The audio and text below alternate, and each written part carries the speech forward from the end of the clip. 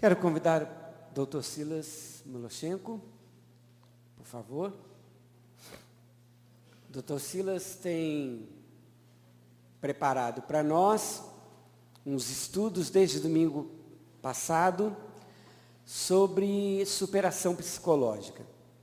No domingo passado, ele falou muito sobre a questão da pós-modernidade. E ele respondeu várias questões sobre o posicionamento do crente perante as questões da pós-modernidade. Hoje o pastor Silas entrou num outro tema,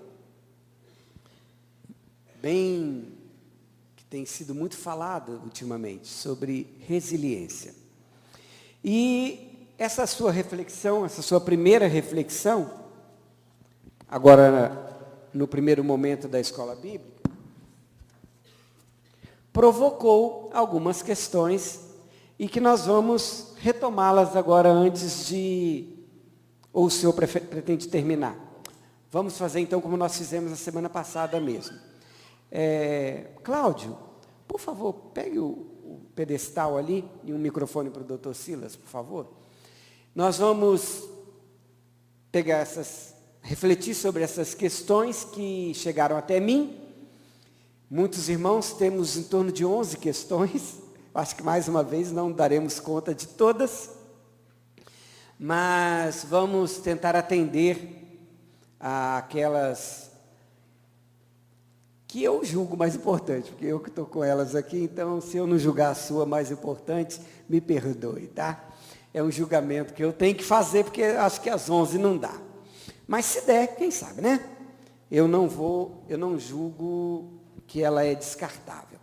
Não é esse o julgamento. Mas eu tenho considerado e organizado aqui as questões de acordo com o que eu acho. Não pode ser diferente disso, né? Mas vamos lá. Chegaram questões nos papéis e também pelo WhatsApp.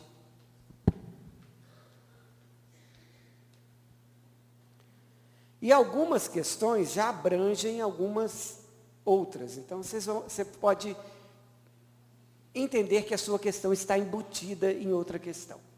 Também pode acontecer isso. Bom, vamos lá, questão 1. A pessoa cristã pode tornar-se mais resiliente somente pela superação psicológica? Eu acho que nós estamos falando de duas coisas. Uma das coisas que nós estamos falando é o aspecto da fé. E uma outra coisa que a pergunta fala, na verdade, o que a pergunta coloca, é a visão da psicologia. Considero, pode ser que eu esteja errado, mas a leitura que eu faço já há algum tempo é uma separação da fé da questão psíquica. Então, nós estamos cantando e lendo, quando Cristo, se você confia em Cristo, você tem condições de uma resiliência. Tem condições de uma resiliência psicológica, tem condições de uma resiliência espiritual. Falo da questão de Cristo trabalhando numa resiliência psicológica a partir do olhar da pessoa. Então, qual é o olhar dessa pessoa?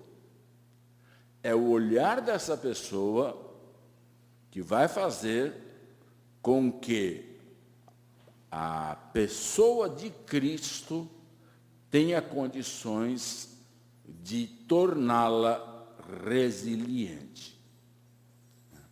Mas aí a partir do olhar da pessoa, né?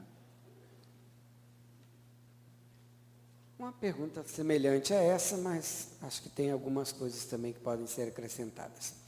A psicologia dá conta em si mesma de resolver os nossos vícios e neuroses? A Bíblia tem espaço? Eu vou separar de novo, né? Eu não acho que a Bíblia tenha a possibilidade de resolver uma neurose. Porque a neurose não está ligada a uma questão espiritual. Está ligada a uma questão psicológica. O que é uma neurose? Uma neurose é um conjunto de sofrimentos que são interiorizados na mente, na psique ou na psique, e interiorizados na psique, elas se juntam, se aglomeram e acabam trazendo um sofrimento de ordem psicológica para a pessoa, não de ordem espiritual, de ordem psicológica. Então, essa pessoa sofre essa neurose. Por exemplo, ia falar sobre a questão dos que voltam da guerra, na questão da resiliência. Os que voltam da guerra, alguns deles conseguem trabalhar os sofrimentos que tiveram na guerra e se inserirem na sociedade novamente, sem muitas dificuldades. Outros passaram por sofrimentos iguais, mas se tornaram neuróticos. Porque esses sofrimentos foram lidos de uma determinada forma, foram interiorizados na psique, ou psique, e uma vez interiorizados na psique, eles se aglomeram, eles se aglutinam e acabam trazendo aquilo que é uma neurose de guerra.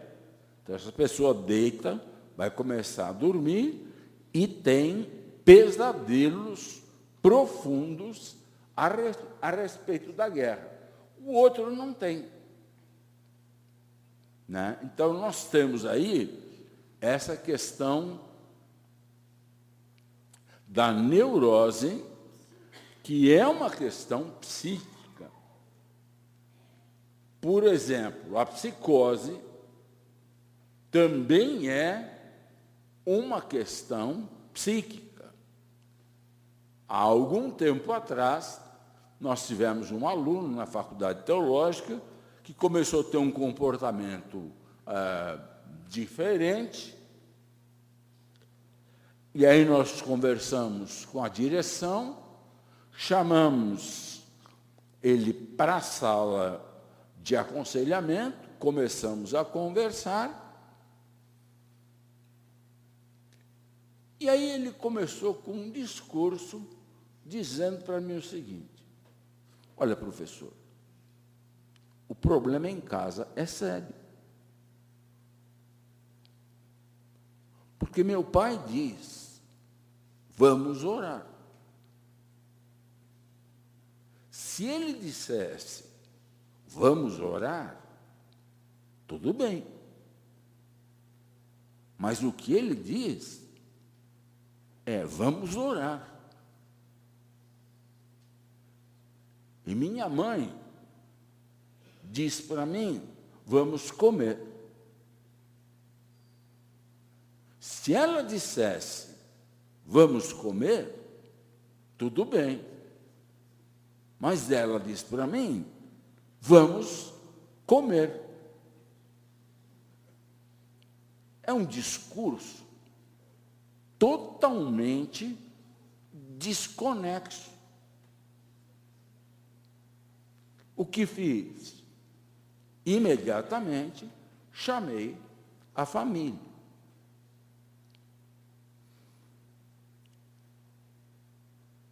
Poucos dias depois, ele pegou uma faca e cortou tudo o que tinha na frente. A família teve que chamar o corpo de bombeiros, colocar uma camisa de força e levá-lo a um hospital. Aqui nós temos uma psicose. E quando ele está cortando poltrona, cortina, está cortando tudo, ameaçando todo mundo, né? Não é a parte espiritual que vai resolver. É uma parte psicológica. Então, nós temos uma separação entre a questão espiritual e psicológica. Ok. A capacidade de resiliência que pode definir a condição de possibilidade de superação de problemas é mais adquirida ou é inata? Bom, vamos começar a pensar nesse processo de resiliência. O processo de resiliência começa diante da educação dos filhos. Se eu tiro os filhos, ou se você tira os filhos de todos os problemas da vida dele, você vai ter o seu filho, na fase adulta, alguém propenso a cair nos problemas da vida. Se você deixa seu filho trabalhar com os problemas que se apresentam para a vida dele, nos limites dele, você começa a ensinar resiliência. A resiliência não é inata. Ela é, na verdade, processual. Se eu fujo dos conflitos da vida, se eu entrar em um que eu não posso fugir, eu entrarei num problema sério de ordem psíquica. Então, a resiliência é um processo de desenvolvimento que a gente vai crescendo na resiliência através das experiências de vida. Aí uma pergunta que pode dar sequência a essa resposta. Onde entra Jesus na resiliência?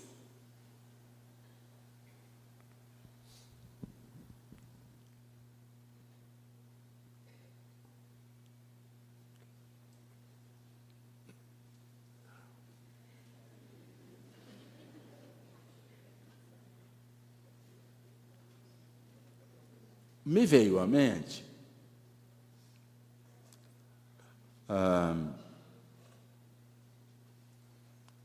eu não sei quantos eram os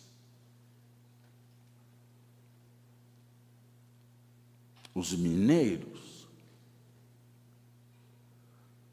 que ficaram soterrados a mais de 70 metros dentro da terra, muito mais do que 70 metros. Acho que eram 70 mineiros. E que lá dentro não sabiam o que iria acontecer. Se, na verdade, iriam morrer um por um, ou se por um milagre eles teriam uma capacidade de sair. Necessariamente, eles foram resilientes no sentido da esperança de que alguém os encontrasse. Né? A resiliência, em determinados momentos, ela é uma ação psicológica. Independente dos recursos que eu uso. Ela é uma ação psicológica. Então, nesse momento em que os mineiros estão lá dentro, no fundo da mina,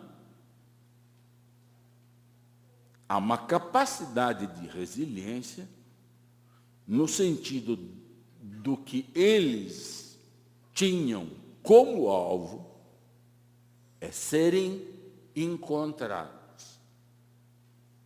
Por mais difícil que isso fosse. O que eles queriam? Qual era o foco deles? O foco deles era esse. Uma questão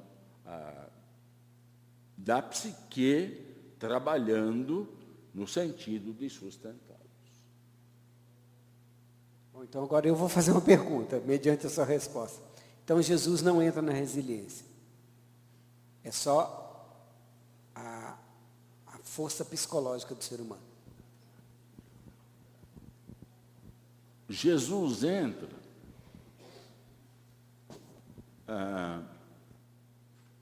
mas vou usar uma palavra, é um recurso psicológico.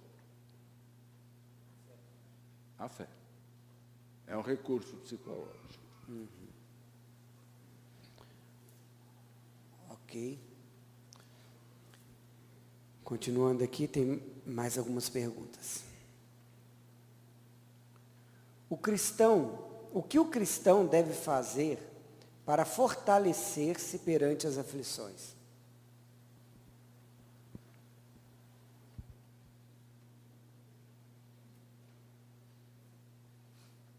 Existem algumas coisas que a gente deve fazer. Então, eu vou pontuar aqui o que se deve fazer.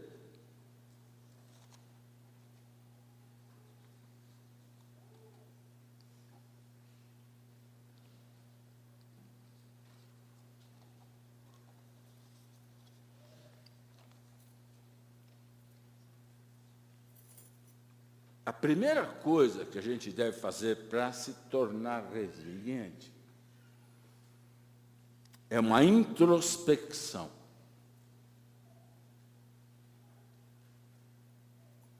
E a introspecção é a arte de se perguntar e de se dar respostas honestas. Então, a primeira coisa que eu posso fazer para me tornar resiliente é uma introspecção.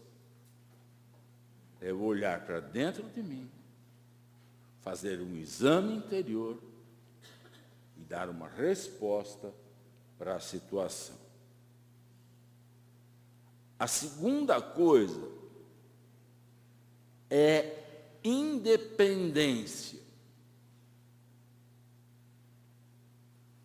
O que eu quero dizer com isso? Saber fixar os limites entre si mesmo e o meio com problemas.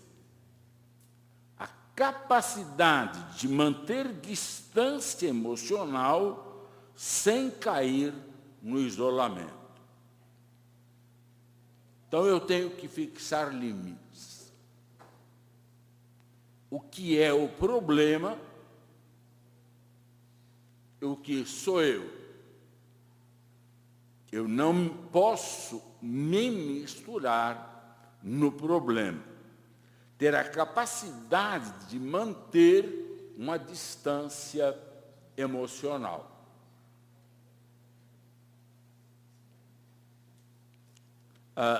Dou exemplo aqui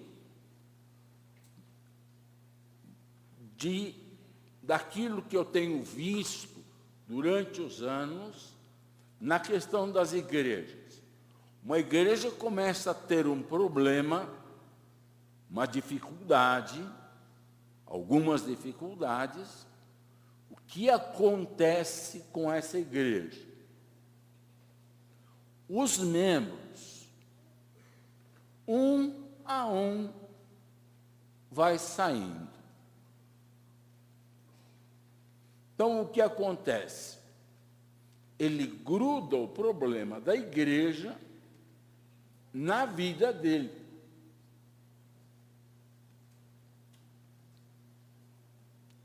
E ele prejudica a igreja. Porque o que ele deveria fazer é separar o problema da igreja da vida dele, permanecer na igreja e ser um dos membros que vai tentar resolver o problema da igreja. Então, essa é uma questão de independência. Que eu saiba distinguir o problema da minha pessoa.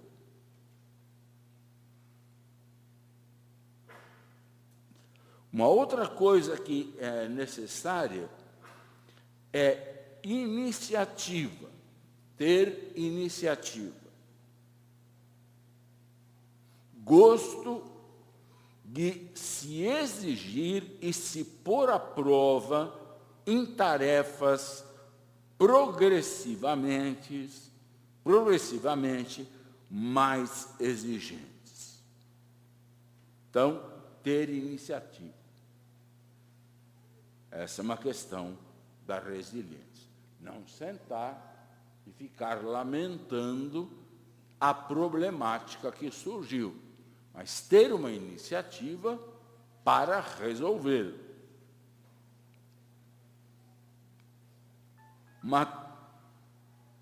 Outra coisa é o humor. A possibilidade de encontrar o cômico na própria tragédia.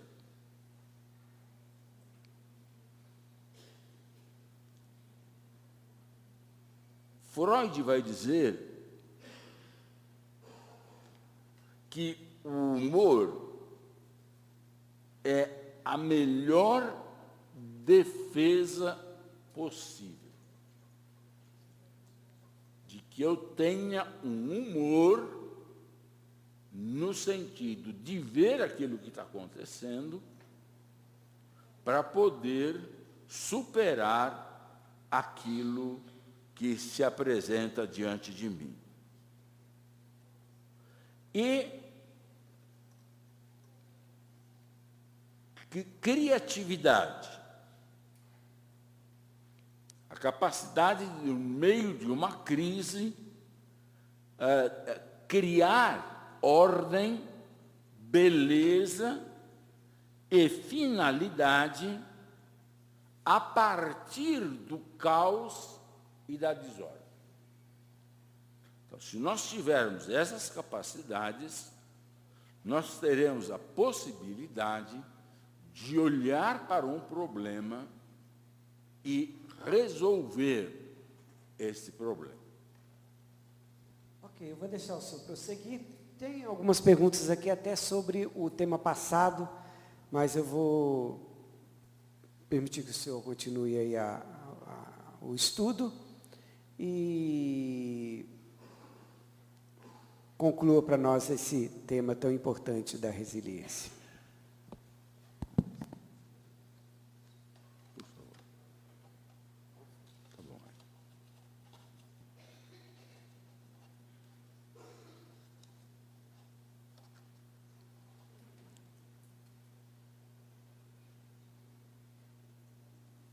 Bom, como eu já disse, não se nasce resiliente, nem se adquire a resiliência de forma natural no desenvolvimento.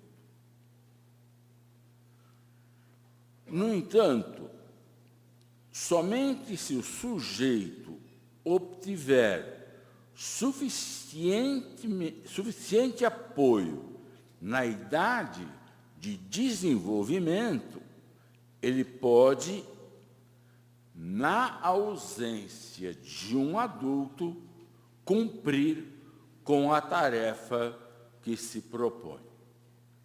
Então, veja, a resiliência ela vai ser desenvolvida nesse crescer na vida, na criança, no adolescente, no jovem, até o determinado momento em que ele não necessitará de alguém como apoio, na ausência de um adulto, para resolver as tarefas e as dificuldades que ele tem.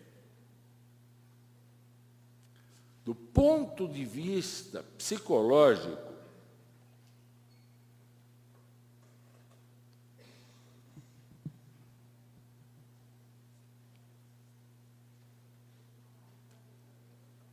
há uma importância muito grande no outro. A gente nunca deve deixar de lado esse pensamento. Eu falei isso na semana passada, eu vou falar isso hoje de novo. A nossa psique, a maneira como nós nos constituímos, é sempre através da fala do outro. Tive um grupo de dinâmica durante algum tempo e havia um rapaz, jovem, 25 anos, gerente do Banco do Brasil,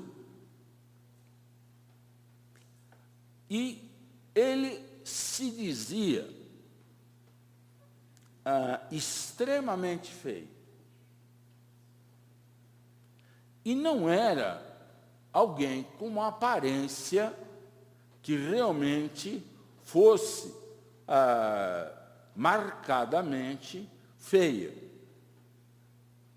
Aos poucos, no grupo fomos desenvolvendo, até que um dia ele disse que a mãe dele, que tinha 8 filhos, apresentava cada um dos filhos pelo nome e, quando ia apresentar a ele, dizia: esse é meu filho mais feio.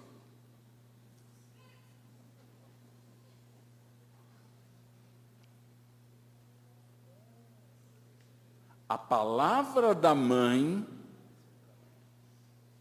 marcou a vida dele. o que o outro diz, marca a nossa vida. Esse caso que eu conto é um caso profundo. Mas veja nas falas que você tem com as pessoas, o que é que você faz. Umas você recebe, outras você rejeita. As que você recebe constituem a sua vida. As que você rejeita, ainda que possam ser extremamente boas, não cabem na maneira como você pensa. E você rejeita. E é nesse diálogo entre as pessoas, desde pequenininho, que nós vamos construindo a nossa identidade. E uma outra coisa importante na construção da identidade, agora é o outro com O maiúsculo, que é o conceito familiar, o outro como família, que nos constitui, o outro como escola, que nos constitui, e o outro como igreja, que também nos constitui. Então, essas pessoas, eu chamo a igreja como uma pessoa, desempenham um papel importantíssimo na constituição da psique, da vida do ser. Então, nós vamos constituindo a nossa psique.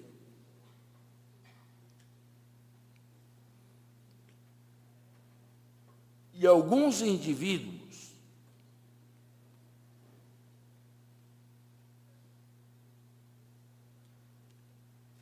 desses que foram pesquisados para criar o conceito de resiliência, alguns desses indivíduos, durante a pesquisa sobre a resiliência, demonstraram possuir uma capacidade e um potencial de saírem feridos dos problemas, mas fortalecidos de uma experiência aniquiladora. Por mais dura que tenha sido a experiência, saíram fortalecidos para o desenvolvimento.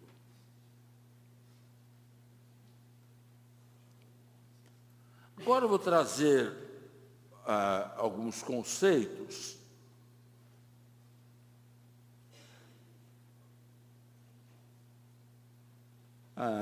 sobre a questão de enfrentar a resiliência, enfrentar a problemática. Devemos desenvolver habilidades para sair da adversidade. Então, quando eu estou numa adversidade, eu preciso ver quais são as habilidades que eu tenho para sair da adversidade.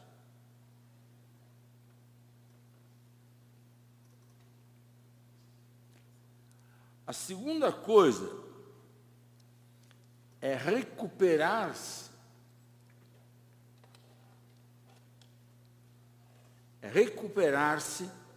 E ter acesso a uma vida significativa e produtiva a partir de um determinado momento em que você passa por uma crise. Aqui eu falei sobre as pessoas que participaram da guerra. Alguns, na verdade, conseguem recuperar-se e ter acesso a uma vida significativa e produtiva, e outros, na verdade, têm um problema e não conseguem se inserir na sociedade. Heinz Kohut, um psicanalista que foi mais ou menos rejeitado no meio dos psicanalistas, que tinham algumas ideias inovadoras, fala que há uma necessidade de desenvolver o narcisismo para se levar ao triunfo no problema. Então, o que ele diz? Quando todos os psicanalistas falam sobre o problema do narcisismo, ele fala sobre a necessidade de desenvolver o narcisismo para poder levar o sofrimento ao triunfo. O que significa desenvolver o narcisismo? É colocar o eu sobre tudo, sobre todas as coisas, colocar o eu. Olhar somente para mim, no momento da crise, para que eu possa sair da crise em triunfo.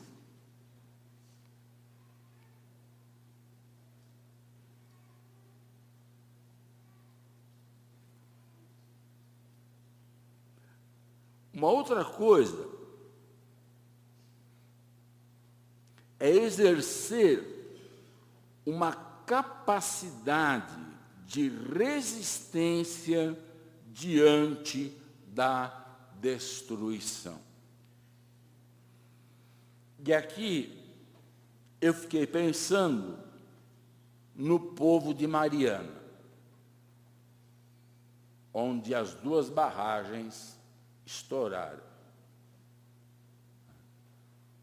Quantos necessariamente passando por um momento de destruição, desenvolveram a resiliência para poder sobreviver à crise que estão vivendo. Eu fico pensando nas pessoas que passam por enchentes, ou como os de Mariana, que vão para um ginásio grande e tem um espaço pequenininho para colocar a família, e ali viver até se resolver o problema. Essa pessoa ou fica doida, perde a noção, perde o juízo, ou ela, na verdade, se torna resiliente, supera a crise e se mantém firme até a possibilidade de voltar para uma casa, visto que os de Mariana provavelmente não voltarão para a sua casa.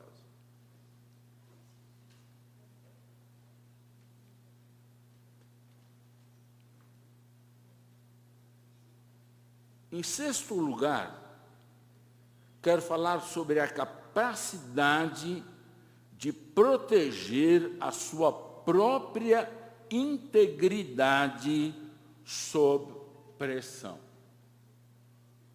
Independente da situação, eu mantenho a minha integridade. Eu mantenho o meu eu centrado, mantenho a minha integridade. Quando pensei nessa questão, veio a mim o que aconteceu com os pastores na antiga União Soviética.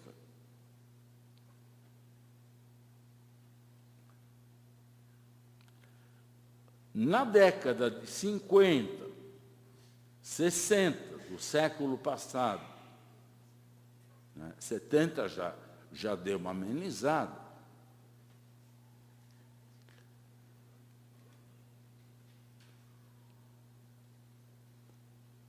os principais psicólogos e psiquiatras do mundo eram os da União Soviética. As grandes cabeças na psicologia e na psiquiatria estavam na União Soviética. E eles prenderam os pastores. Quando descobriam um pastor, prendiam o pastor e, por tortura psicológica e psiquiátrica,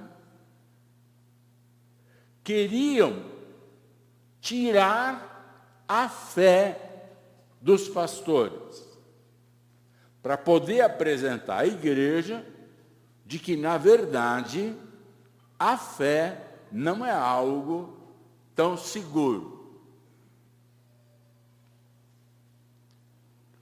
Muitos morreram. Outros endoideceram. Alguns superaram.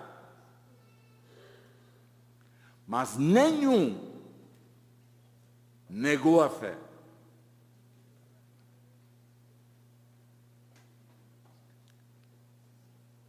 O que eu quero dizer com não negar a fé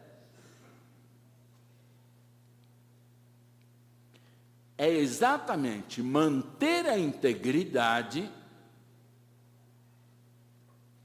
num momento de extrema dificuldade. O que levou-os ao problema, o que levou-os às mãos dos psicólogos e psiquiatras, foi exatamente a fé. E eles mantiveram a integridade da questão da fé.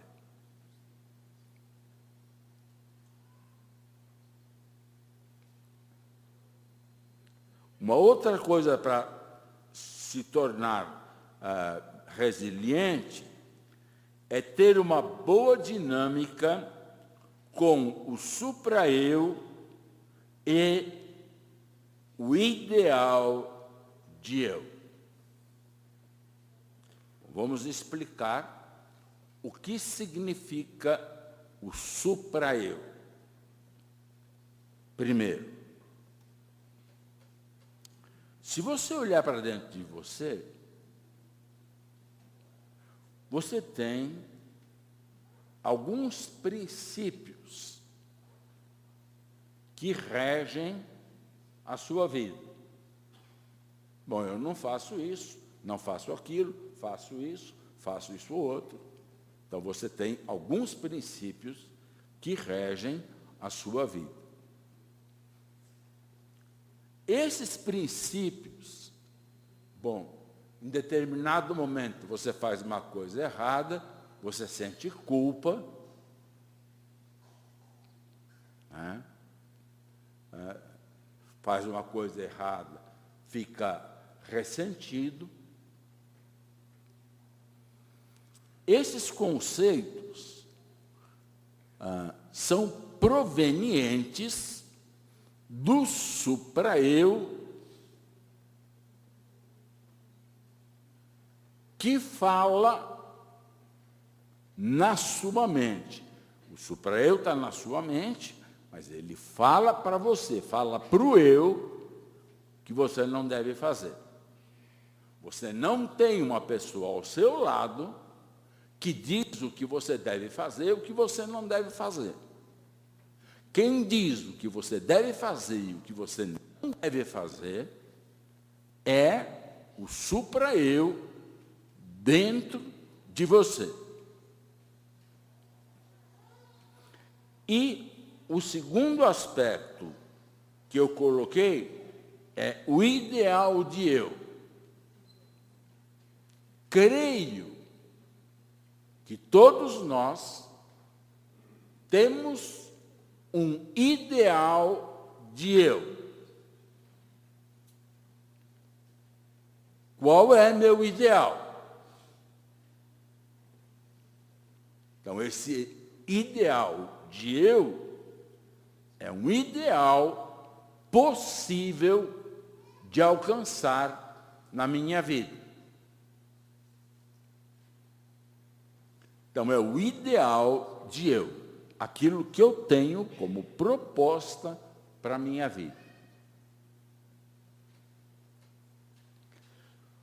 Para se tornar resiliente, é ter uma boa dinâmica com o supra-eu.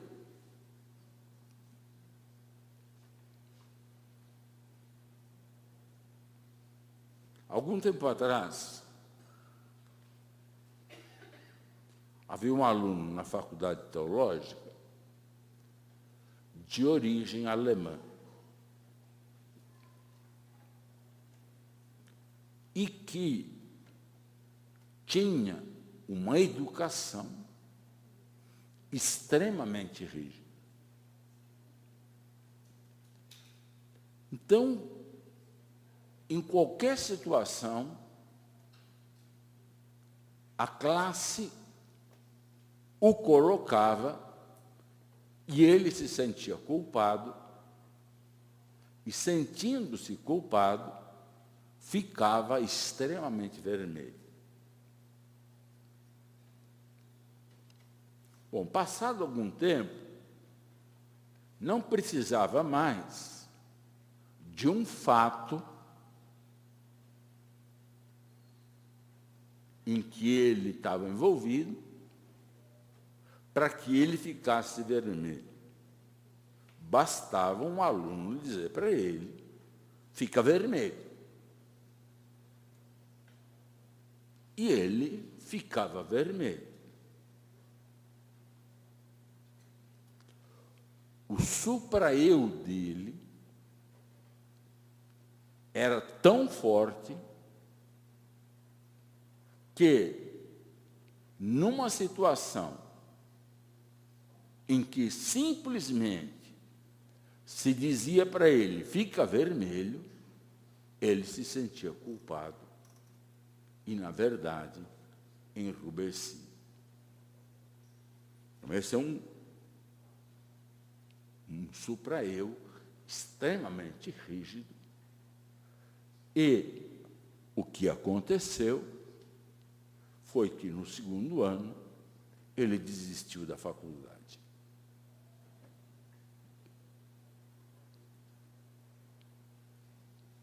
Então, esse supra-eu é a lei.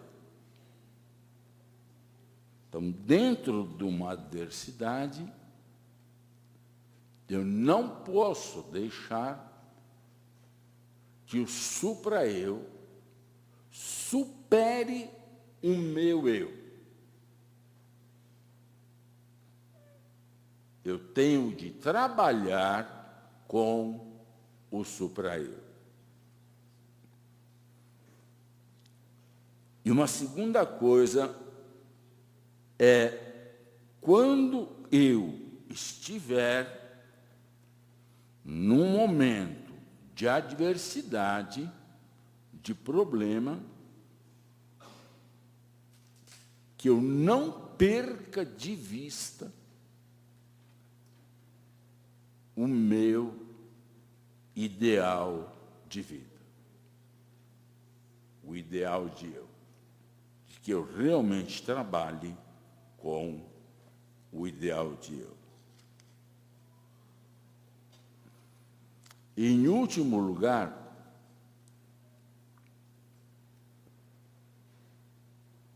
quero falar sobre a capacidade de reflexão. Nós temos que ter uma capacidade de reflexão. Eu tenho que parar e tenho que pensar.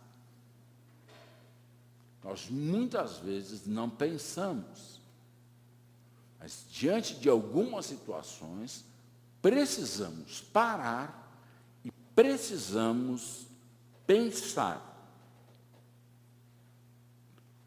E essa reflexão abre espaço para novos caminhos.